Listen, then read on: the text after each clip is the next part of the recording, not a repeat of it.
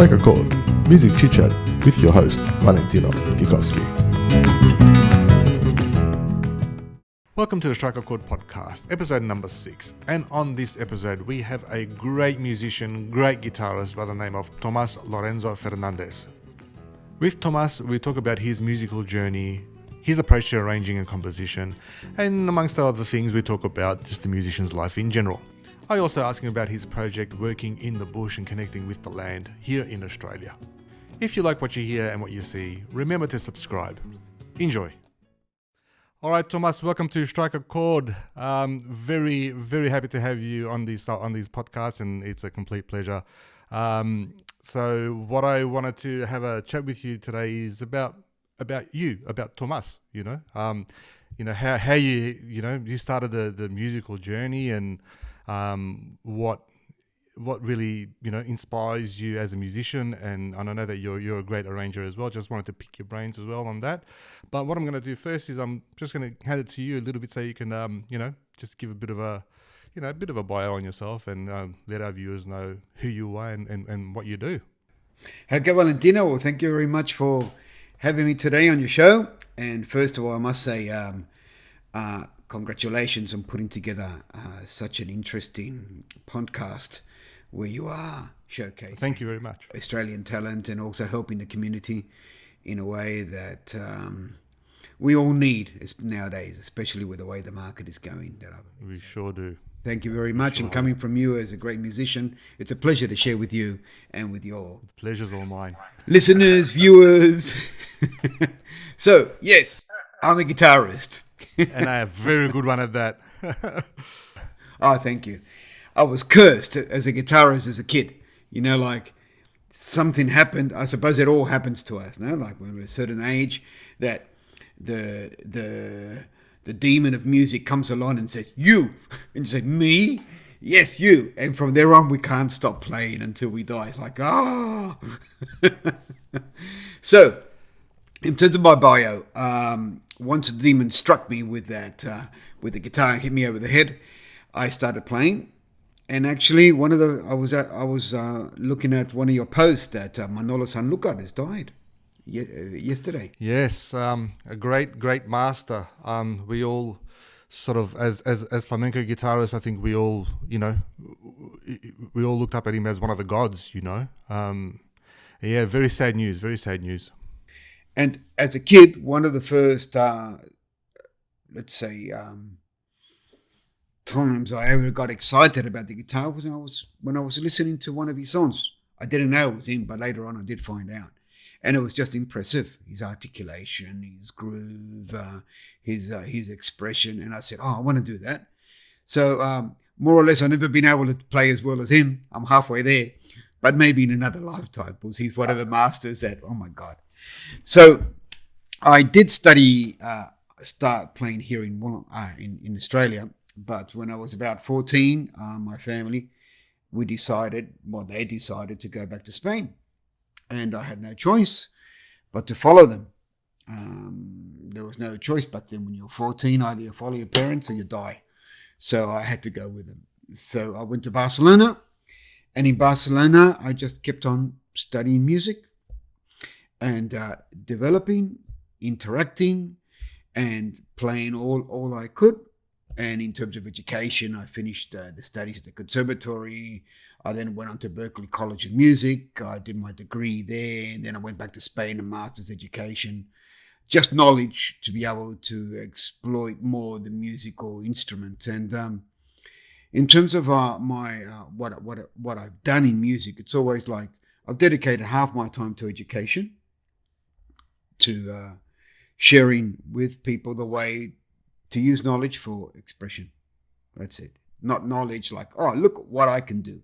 Knowledge like, this is what I feel. The knowledge allows me to connect with that feeling and share it with others and express it. So that's been my always goal in music. So I was working in that field in Europe, in South America, in the States, and also at the same time performing, composing, arranging, and releasing albums. So in terms of education, my main goal, as you were saying, I am an arranger, and I did finish one of my a textbook that I got commissioned by the Spanish Society of Authors called As Gay.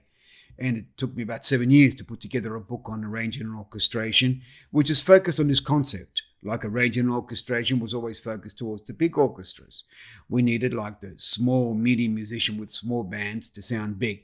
And not only when we're playing that, the arrangers talk about, the lead. They talk about what is behind the lead, just that little accompaniment. But in other styles of music, we have a lot of accompaniment. We're like Afro-based groove or Mediterranean-based groove. So I applied all that, and it took me about 7 years, and the book was out there. So I was working in Spain. I was touring all over Europe. I went to teach also at Paul McCartney School of Music. I was teaching there on and off for a few years.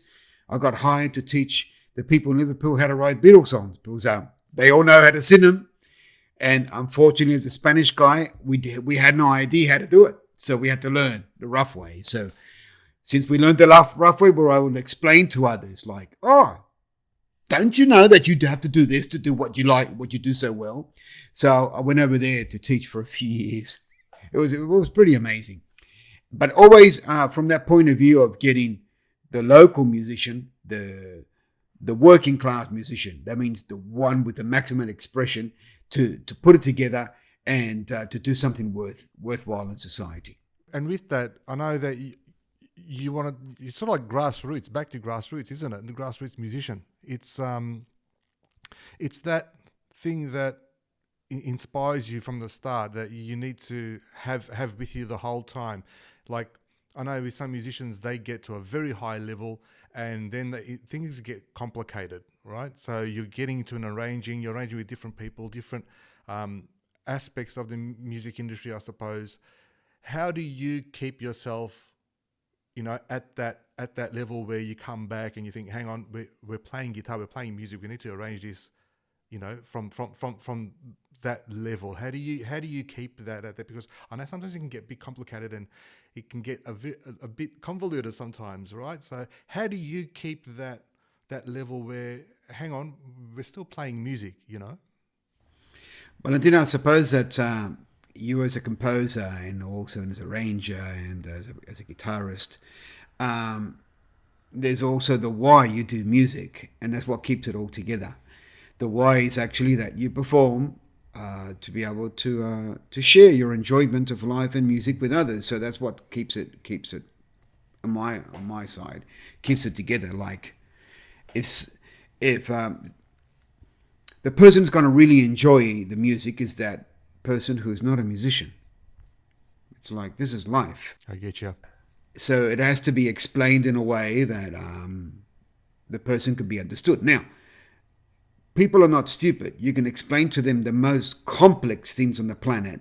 You don't have to be like, just keep it simple. No, you can do whatever you want to, but it has to be articulated in a way that a person can understand it. Like, for example, don't play a million things at a time, because there's no way no one's going to understand that. I can't understand it, so space it out. It's just logical. Like, good point. Take it easy. Good point. Create a groove.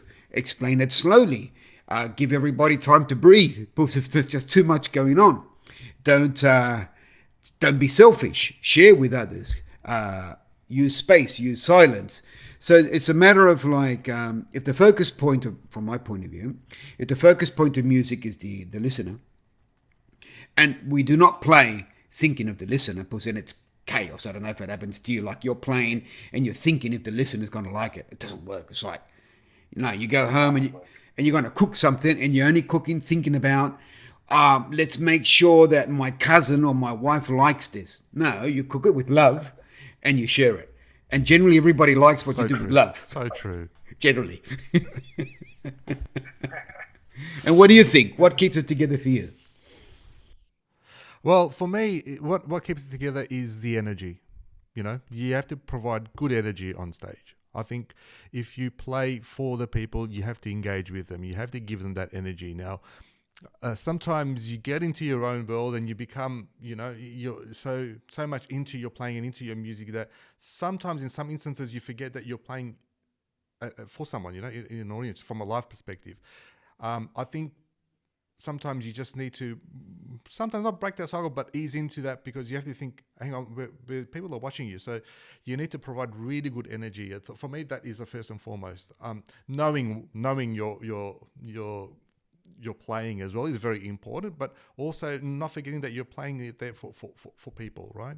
The energy for me is very important. And energy, if you're playing with someone else on stage, that collaboration is also very, very important. And that can be very special, and you can provide some really, well, magic can happen, and then people are there that can accept and see that magic. They probably don't know about music, but they know when good energy and when people are having fun on stage, they're projecting really good energy.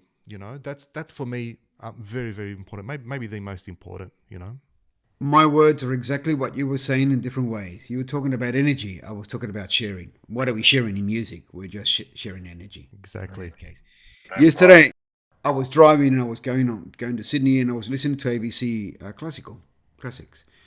And somebody said, "Oh yeah, people enjoy sound." I said, "What do you mean enjoy sound? Like the purer the sound, that's what people are listening to." I said, "You're nuts. People aren't listening to the sound. So like, what is it? People are listening to the energy, to the emotion, to the expression. Correct. Like That's just right. because So I've got a clean sound, I do a very clean sound, somebody's gonna enjoy it more. No, it doesn't work like that. It's the energy, the No, it expression. doesn't.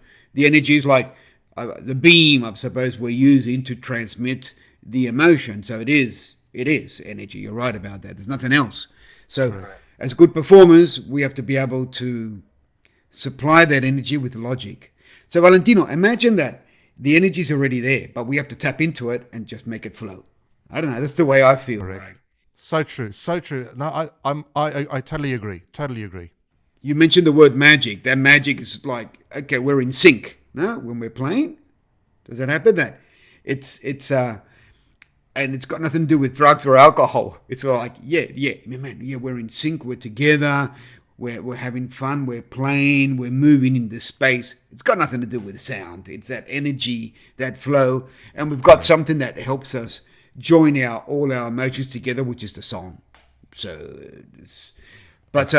music, I don't know about what you think, but music provides this type of engagement beyond any other type of life experience or art form. I think so. And I totally agree with that, because you can see the expression on people when they hear music. That you can see their emotion. You can see how they react to it. Like for me, also brings out nostalgia. Like, it's funny, music and food do the same thing for me. When I hear something that I've heard before and it takes me to a place, or if I taste something and I think, oh, it reminds me of somewhere, they're emotions that come out. They can either be good emotions or bad emotions. It can remind you of some good things or some bad things, but I think they're emotions nonetheless. And I think the music can make such an impact on that as not only as a listener of music, but as a player as well. Like, I'm sure you've played some things that have come out from the vault, at particular times, and you think, oh, geez, I haven't played this in ages, and you remind yourself where you were and how you got to learn that piece, and that is very powerful. That changes your whole emotional status for that particular time, Valentino, do you notice we're not talking about chords or scales or left-hand technique, how you position it? That is sort of like... That's the whole point of this whole podcast, is to chat with musicians, not only about one thing, but about everything. The thing is, we tend to play with musicians a lot, and we interact while we're playing. But once the gig is over, or once the rehearsal is done, everyone goes home and that's it. And we lose... our character of how we react with each other as musicians. And this is why I did this podcast, is to learn more about musicians as well, to see how they are as people, how do they, how do they live, as musicians in the normal life, and, what are their thoughts, and, it's not always, you're not always gigging, and you're not always recording, and you're not always doing this and that. And I think it's very interesting to come from a mindset of a musician, because I think we're just different to everyone else. We're a different species, When we play the guitar, we're producing music, but our life, there's no other way to produce music if our life is musical. That means it's Yeah, correct. every day we wake up, and the same thing we do with the guitar. We just do it with life. And I've got a feeling that I don't know about you, but it's sort of like if I'm looking to express through the guitar, and of course you and me, Valentino, we've got this huge baggage of knowledge. Okay. If somebody likes to ask us question, what scale, what chord, what arranging technique, who did this, what that, what boom, boom, boom. Okay, we're not talking about that. We're talking about the why. We've got all that huge, let's say, library of information ahead of years and years and The playing. vault. Hours of songs, hundreds of chords, progressions and melodies. And you, Valentino, you can hear a song and 5 seconds later you're playing it all and rearranged it. I've seen you. I say, wow. It's all like, okay. But how can we live with that during the rest of the day? Well, it's how we sleep, how we eat, how we talk, how we love, our perception of what is correct or incorrect, our ethics in life. So in a way, music is a form of existence. So to be honest, like Valentino, if we chat, we're chatting now, and we know that we're achieving a sync in our like we're playing together. Correct. You know, That's right. we're trying to have some fun. You know, we're playing together and sharing some of our emotions. But generally, like in society, when you talk to people, it's like talking to a wall. Like it's like, what are you talking about? It's sort of like they're talking, but it's like a wall that's totally hidden, and behind the wall, saying, "Are you trying to say you're sad? Just say it."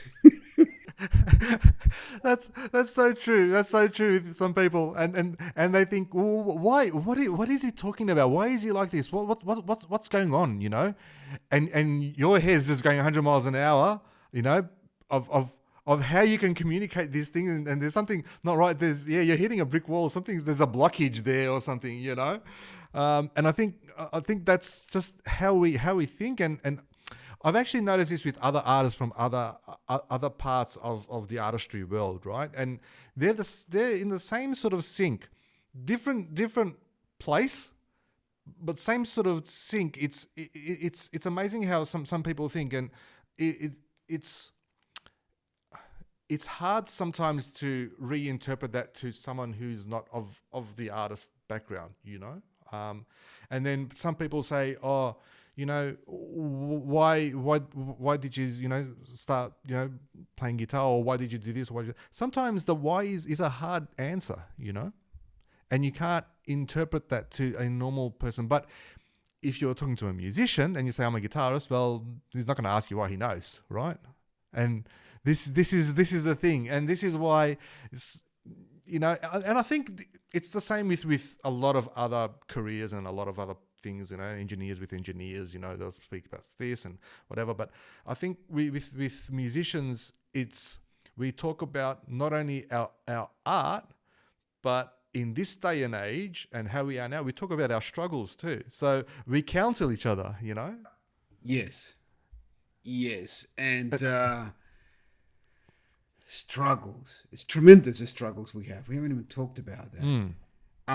But generally, like, I find most conversations in society absolutely boring when you can go straight to the point. Like, you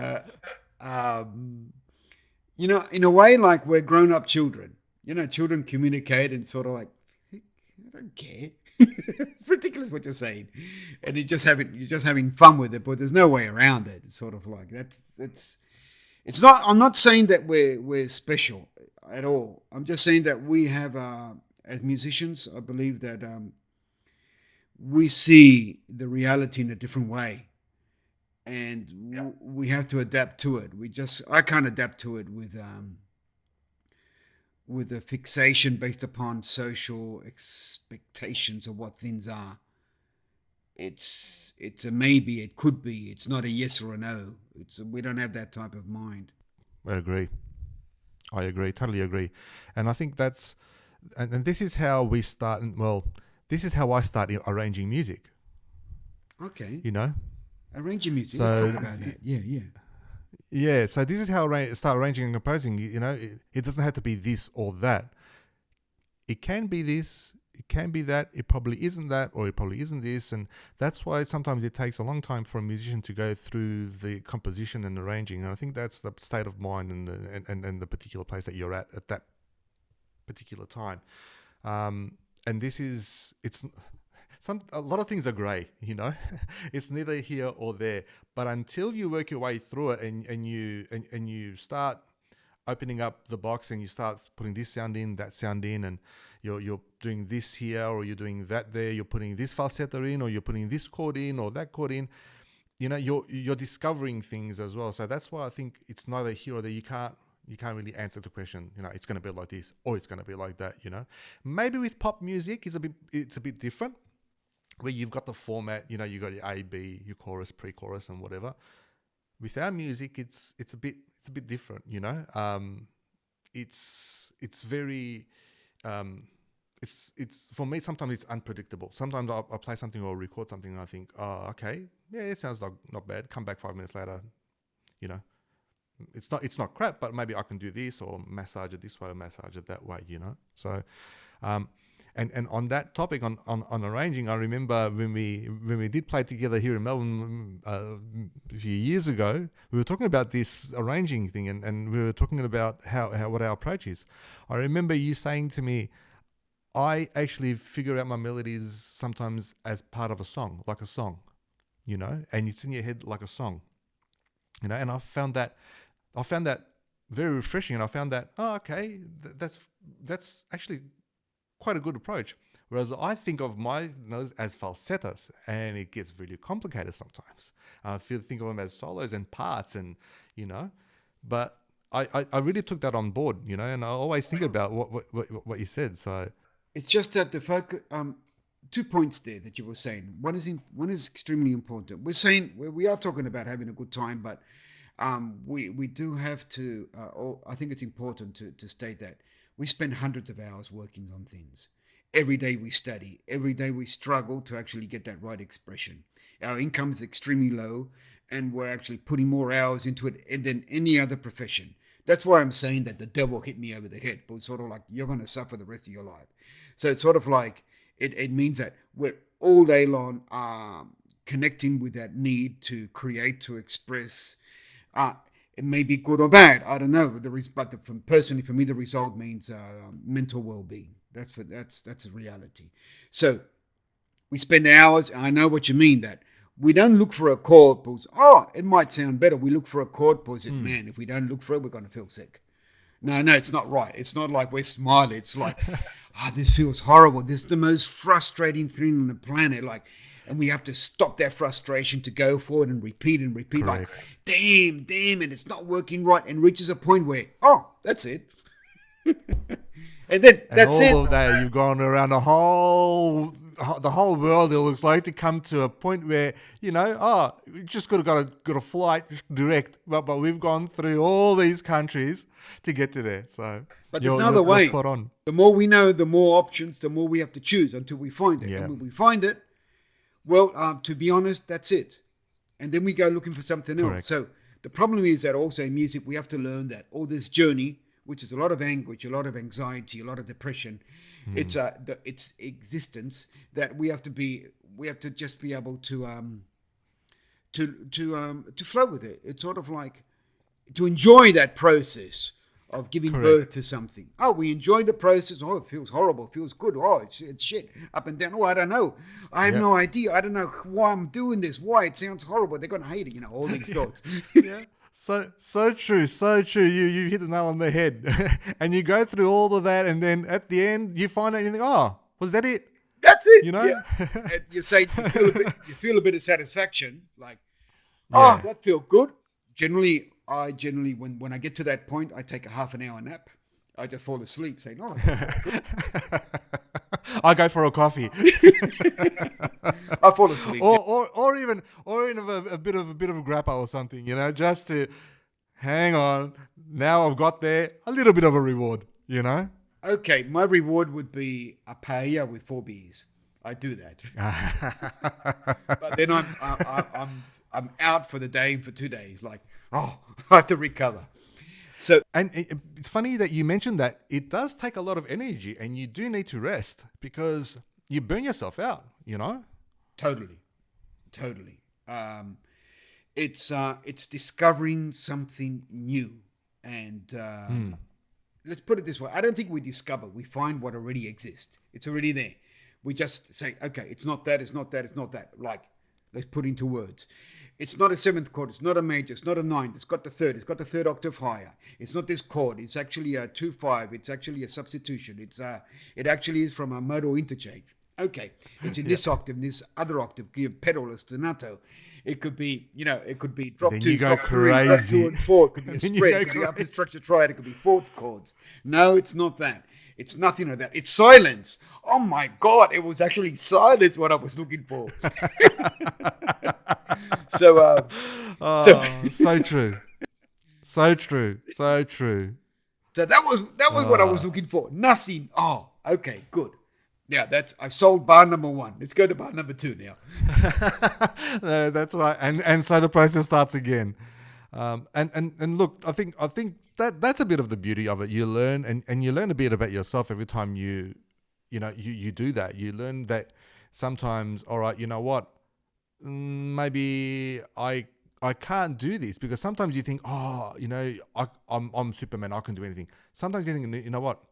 No, I'm not going to do this because I can't do it properly as yet. Maybe later on when I do it, I'll do it properly, or this arranger's not working now because I don't know how to actually do it sometimes. So this is where you start listening to other music and to other musicians, and you start pumping your brain with all this music that you've probably heard before, you probably haven't heard before, and then that's where I find the inspiration comes in, and then a bit of it comes out of in the playing a little bit, So that's how I sort of like see it, and sometimes it's not listening just to flamenco. It's not just listening to funk. It's not just listening to metal. It's not just listening to this or to that, but a bit of everything, just to get your mind back on track. Because as you know, you can get into a rabbit warren and your mind goes in and in and in and in, and then it's hard to bring yourself out. Then the next day you're done. You can't dive too deep into it. You have to maintain yourself more as a spectator. Correct. And this is why when you told me how I do it is via song, and I thought that's very interesting, because there are so many songs in this world, right? And somewhere it gets into your head, and you figure out this melody, and I think, geez, that's just a great approach, because you have to make it sound really approachable for people. If you play something really complicated, and I know we can get into really complicated things, but sometimes the best things and all the things that people will say, oh, that sounded wonderful, that sounded great, other simple things, those melodies, those things, and that really stuck with me, Tomas. I was mentioning the concept of melody because as human beings, we have the capability of listening normally to one melody. Maybe with Bach we go on to 2 and 3. Do we have the capability of being able to hear more than 3 melodies at the same time? I don't think so, not yet. Maybe in the future. So the idea is that melodies are independent. So they're like, you got a melody, and counterpoint, you got another melody. Okay, that requires 3 instruments playing 3 different things independently to be able to make sense out of it. But as a guitarist, we can't. And it doesn't make sense, there's no need. So the guitar is sort of like, there are 2 areas from my point of view. We've got the melody and the accompaniment. Now, you can accompaniment with 1 note, 2 notes, 3 notes, with silence, just with rhythm. And you can accompaniment horizontally or vertically. You got the melody, and you can place the chords, or it can actually just be flowing with an independent, more or less, flow of harmony. But what we have to decide is on the focus point. Now, in flamenco, that's the beauty of it. In flamenco, we can decide always what is the focus point. And for me, like when we listen to Paco de Lucia, which is, put it this way, it's the only guitarist I hear in flamenco, the only, and I know a lot of people are going to kill me, that I just hear a constant melody.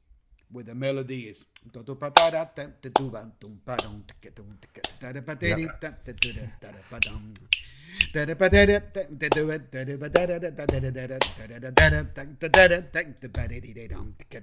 he goes into rhythm. But the melody is there. But then he might go into the bass. He might create the melody with the bass line. But it's always just one focus point, and the rest of it is, do I need accompaniment? Okay, you might have a reply, but you might have a little bit of reply if you need it, but he generally doesn't reply. It's just very clear melodies, very clear bass lines, or melody in a low register, and when he does groove, it's just pure groove. Doesn't care. Yeah, it's just like correct. It's like a drummer. So that's why if you hear, like, for me, one of the best doing that, and you hear other styles in music, no matter who, even Stravinsky, which say in terms of complexity, or harmonic complexity, which were relative, Debussy, or you hear the Davis, or you hear even, like, it comes to my mind, free jazz, or like when Bitches in Brew, when he was playing those albums. Yeah. Damn, I'm hearing one melody, and it sounds good when you hear, like, the clarity. Now, you hear one melody, and the rest of it are accompaniments. Can we hear two melodies at the same time and be independent?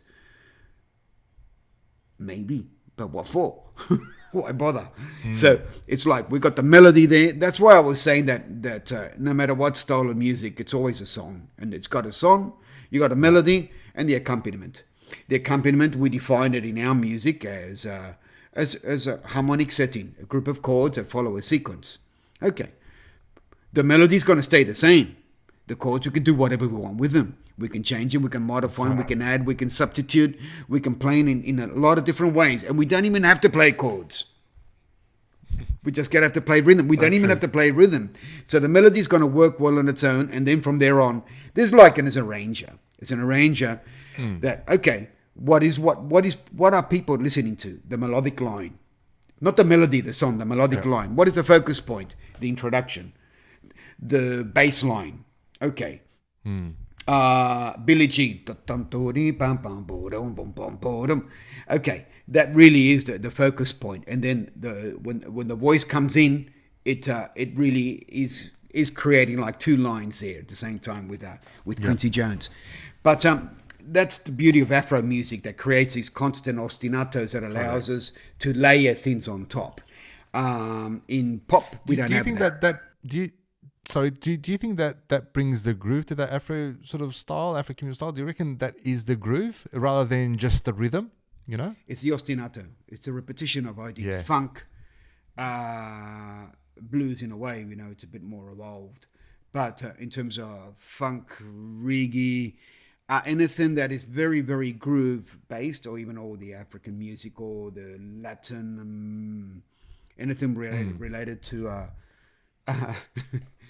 the Catholics, meaning the slaves are imported. It's not the way of saying it. It's no other way. Like you don't have that in the States. In the States, it's a Protestant world, but you have that in all the other countries where you have this. The Catholics that came along and they mixed and they had all this fun on Sundays with all the others, and all the music mixes. It mixes. So you've got the Afro rhythm with all the with the Spanish harmony on top, or they say the French. I said, okay, I suppose they arrived later, but it was the Spanish and the Portuguese mixing it all together there in South America, and you had all these incredible, beautiful harmonies coming through. So basically, it is that in terms of what the groove is, are melodies. It's a rhythmic melody. It could be melodic. It could be an instrument, but it's always a melody that's playing. When you're playing salsa, you got la conga doing, you got a timbal doing another rhythm, but it's always melodic. It's always phrases, individual phrases that just add on and layer and layer. Phrases. That's individual phrases. That's what it is. And when you layer them, in that sense, and so basically you go from there to there. Your objective is to find the groove.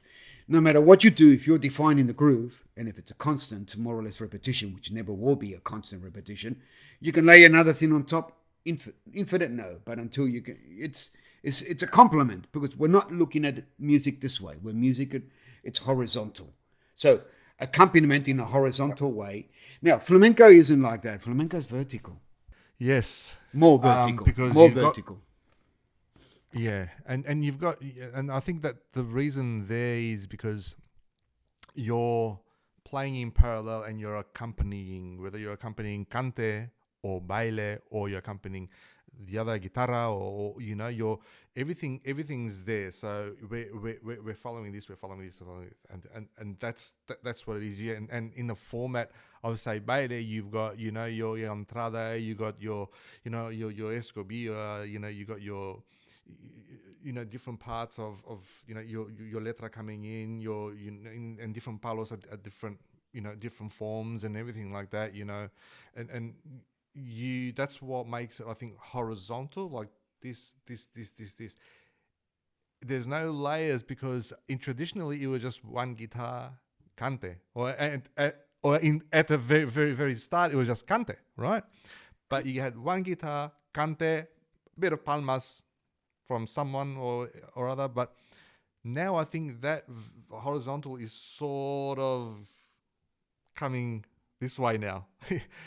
You know, if you hear what's going on now, I think it's what you were saying about putting layers and phrases and everything, because everything is getting more and more influenced by, I think, other music as well. So I think, and I'm going to mention Paco de Lucia again, as a pioneer. He's the one that sort of like turned it on its side, if you want, you know, with putting in the bass, you know, bringing in the cajon, you know, and he was ridiculed for it at that time, but mate, you know, he'd done a very good job of it, you know. So, and this is the flamenco that we hear now, you know. I'd just like to point out a thing there. When we talk horizontally or vertically, if you listen to horizontal music, groove-based music, let's put it like in generic terms, it produces a trance, a repetition, a trance that you just fall into it. So no instruments are actually overpowering the other. It's more like a journey that way. In flamenco, it's like smash. Oh, boom!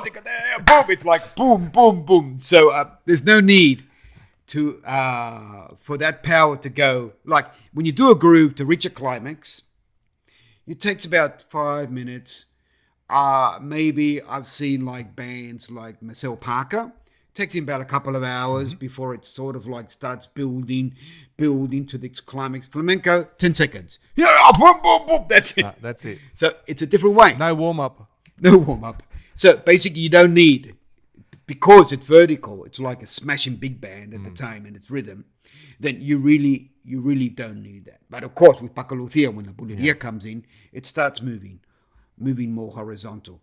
But still, like, in order to hear with clarity what we're doing, who in flamenco has good rhythms that move horizontally, and you can hear the guitars with clarity.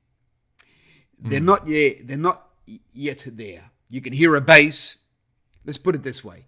You can hear a bass against rhythm. You can hear a bass against guitar, melodic lines.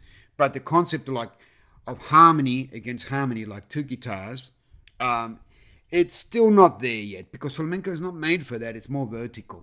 So to actually make it horizontal, it will work with one guitar. Like horizontal, they do it naturally. When he, Paco Lucia, Manolo Sanlúcar play, they're playing individually. The accompaniment, nobody's strumming. They're just going through the chords up and down, and he's playing the melody, and they do whatever they want to. But when you're playing the melody, and sometimes they do it together. So the masters can do that incredibly well. But the rest of musicians, when you bring in the cajon, when you bring in the bass, and the piano player, for that they have to go to the jazz idiom. You have to go to the Afro idiom to understand how it's done. That's right. We played a few times together, and we're talking about music. We've been 99.999% of our lives totally separate, but we are talking about exactly the same things. It's sort of like, hey, so there's only one music. Yeah. No matter where we are on the planet, it's the same thing. It's the same thing, and this is and that's so true, and I think that is what is our relationship, our conduit. You know, That's our conduit. It's music. Music's our conduit. If you go and speak to another musician, it's like before you speak to another musician, they understand. It's probably not the same music, but they understand, right? Yeah. It's that language. It's the universal language. We can go to anywhere on the planet and play with anybody. Exactly. Speaking of planet, and I know you did a bit of a journey on your own with I think you were doing the solitude and the Aboriginal, land of Australia, and you connected with it really well. I actually watched it and I found it really amazing. What inspired that? What was it that brought you there? Well, I'm actually doing more now. I'm doing 1 more hour music Okay. with the Aboriginal community here in Wollongong, with the Darawal people. And I spoke to the elders, and bit by bit I had quite a few interviews. Fantastic. And they agreed on what I was doing, which is basically playing guitar and with the guitar expressing the creation stories of where we were born. What took me to there is that we're born in Australia, and Australia's got there's something here, there's something different. And you have a group of people that have been here for a long time and they have a bit more experience. So they know, they can pinpoint directly what is different. So basically, I don't know if that happens to you, Valentino, but I love to walk. So when I walk through the bush, I hear music. And in Australia, it's very, very interesting music that I hear. I mean, what's going on here? It's soft, it's not aggressive, it's spacious.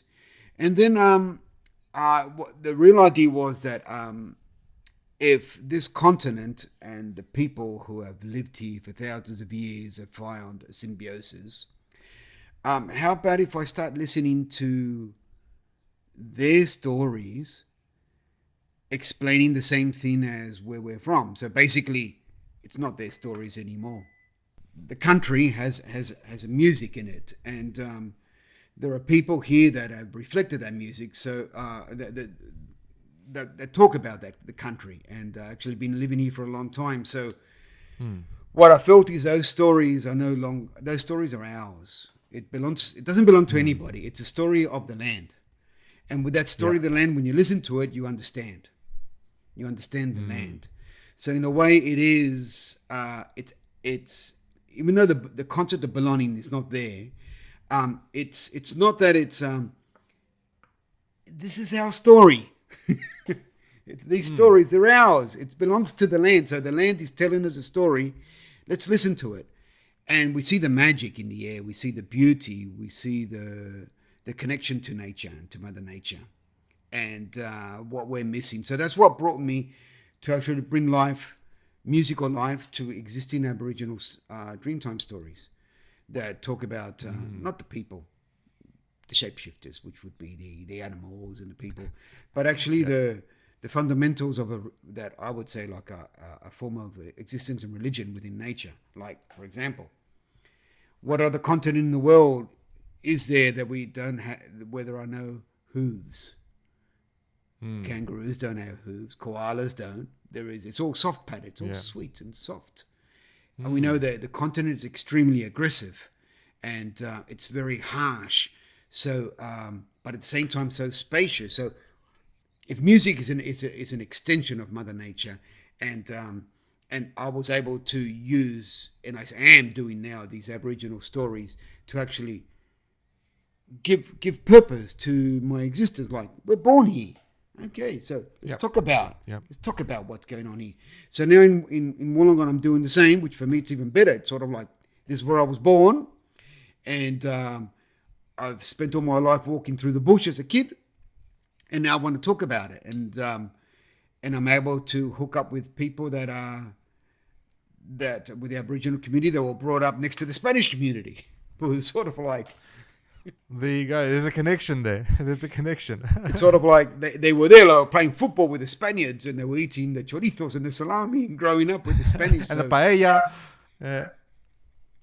So, yes. And actually this morning I was there just walking along the beach, and I'm just putting the story of one of when the Darawal people arrived here, and the concept of when they came abroad. It's the first time Dreamtime story that I've heard of, actually, of the first people that came. and why they came. Simple. They were hungry. They needed food. How they came in a canoe. But explain it to it. But the beautiful thing about the Dreamtime story is that it's the foundation of an understanding of existence. So in a way, the way the story is musically, it's that a story is told. Nobody remembers. So a song is created. Nobody remembers. A dance is created. And the dance with that is the learning. It's encyclopedia. Like, if we're talking about the dance of the kangaroo in this area, what they used to do is grab the kid, put him with the kangaroo for a long, long time, and make sure that the kid learned all the movements of the kangaroo. Why? The kangaroo is a food. It's the cow they're going to eat. So they have to learn all the ways of the kangaroo, like how to lure him to the areas, how to clear the grass, burn the grass so the kangaroo can go there, how to hunt him, how to understand the signs, the sounds, the noises. And how do you do that? Through a dance. Story, song, and the dance. And the dance teaches you all that you have to learn to remember. And thereon, the story is told, maintained, and can be transmitted to the next person. And they don't forget how to hunt the kangaroo. It's like, yeah, man, it sounds good to me.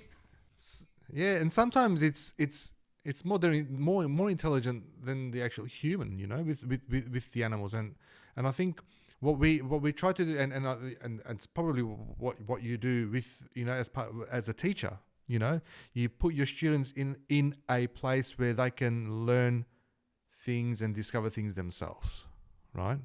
And this is when I teach, or when I used to teach, I used to put the students in that predicament where I actually put them in the kangaroo, let them live with the kangaroo a little bit, so they can see what it is, get those instincts of playing music. For example, playing music with someone that you haven't played music with before, and seeing how you connect, right?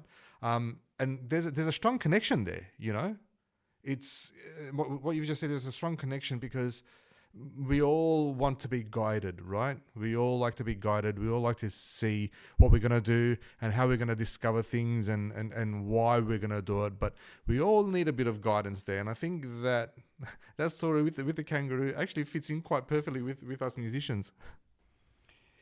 Fascinating what it just said there, Valentino, that it's, when we share these type of comments, it's like teaching is actually putting the student in a place where they can learn.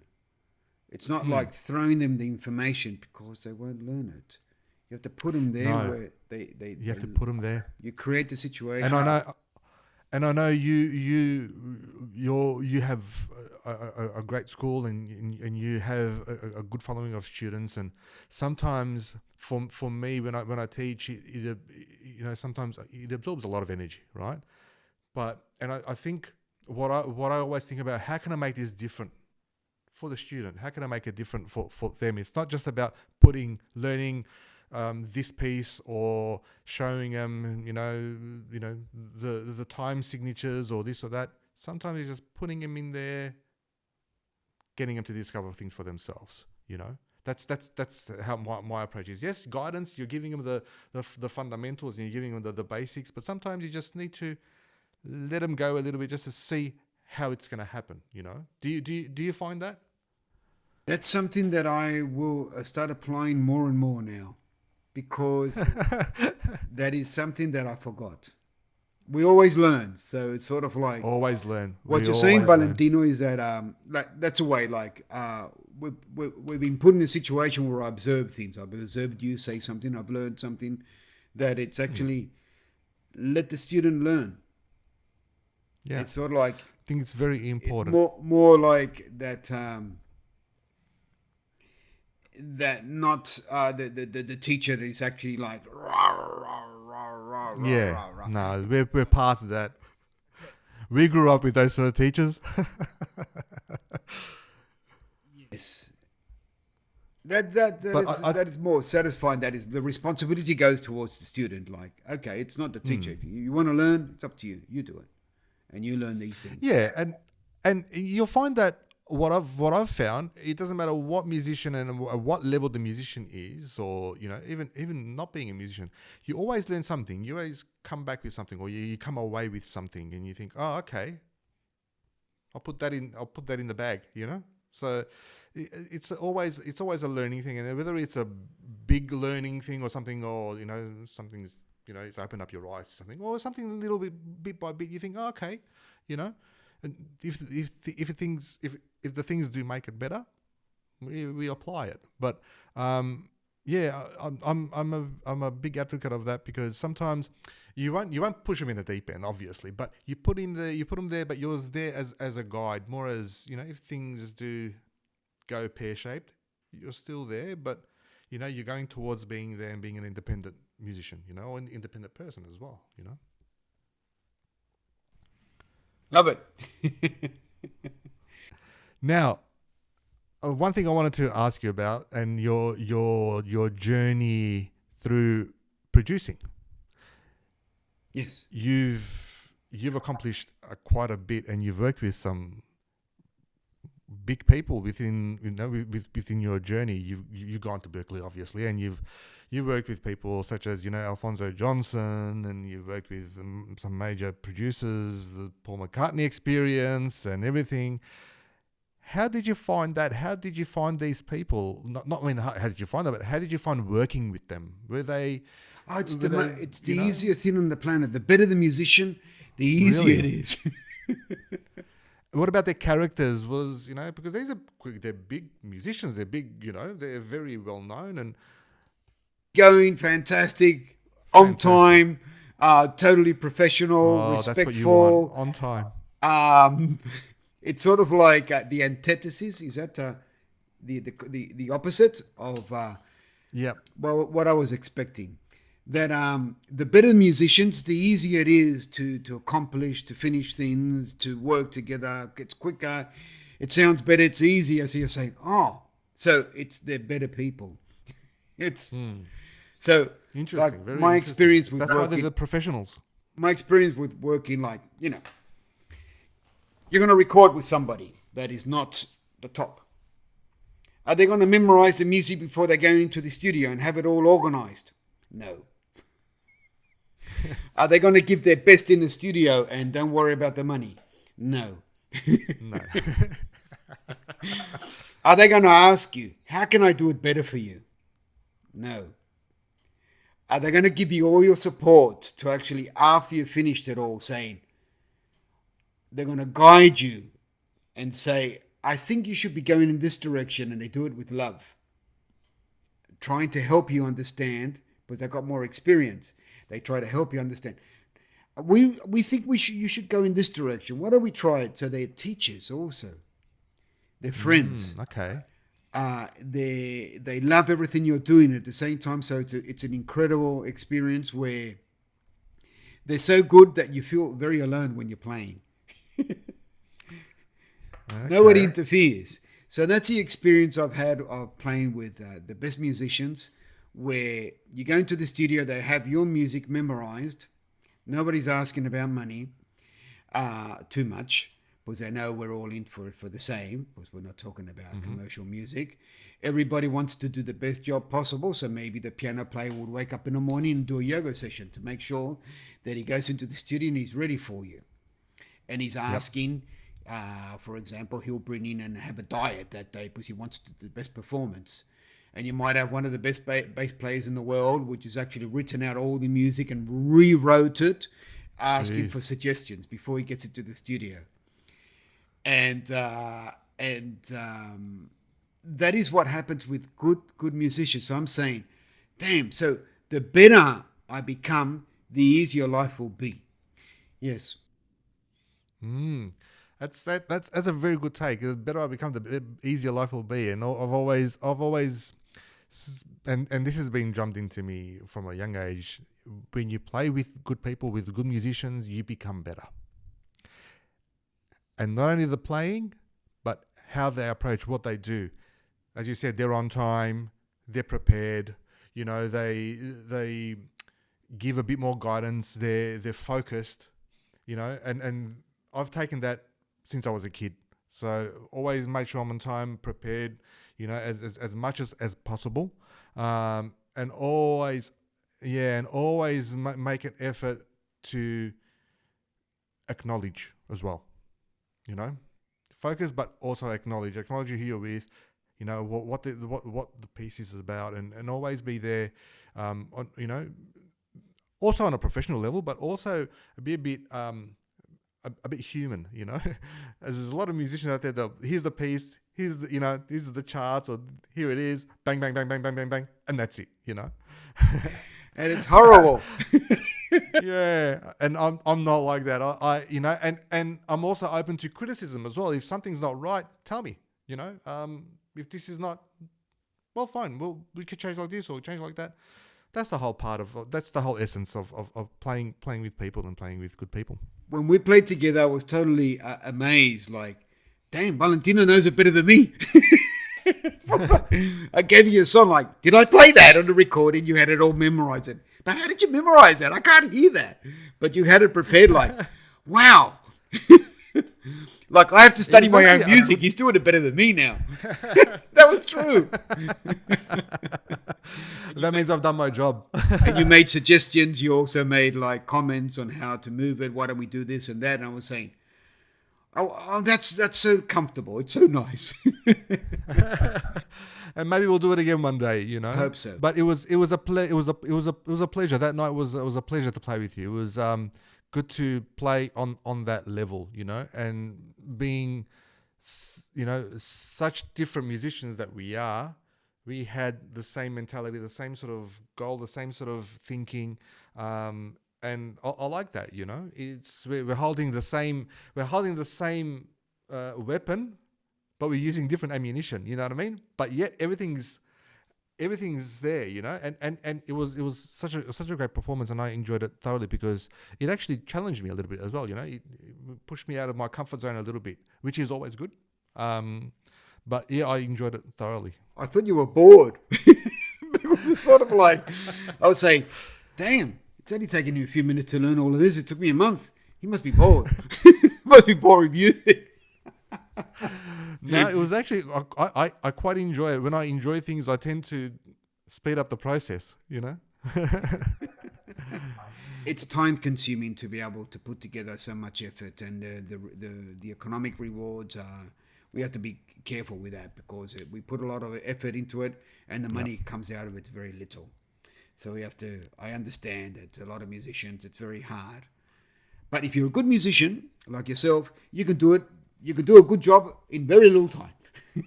Well, it's all about being capable and also time management. Time management is a very a very crucial thing, especially when you've got a few projects running. I never overcommit.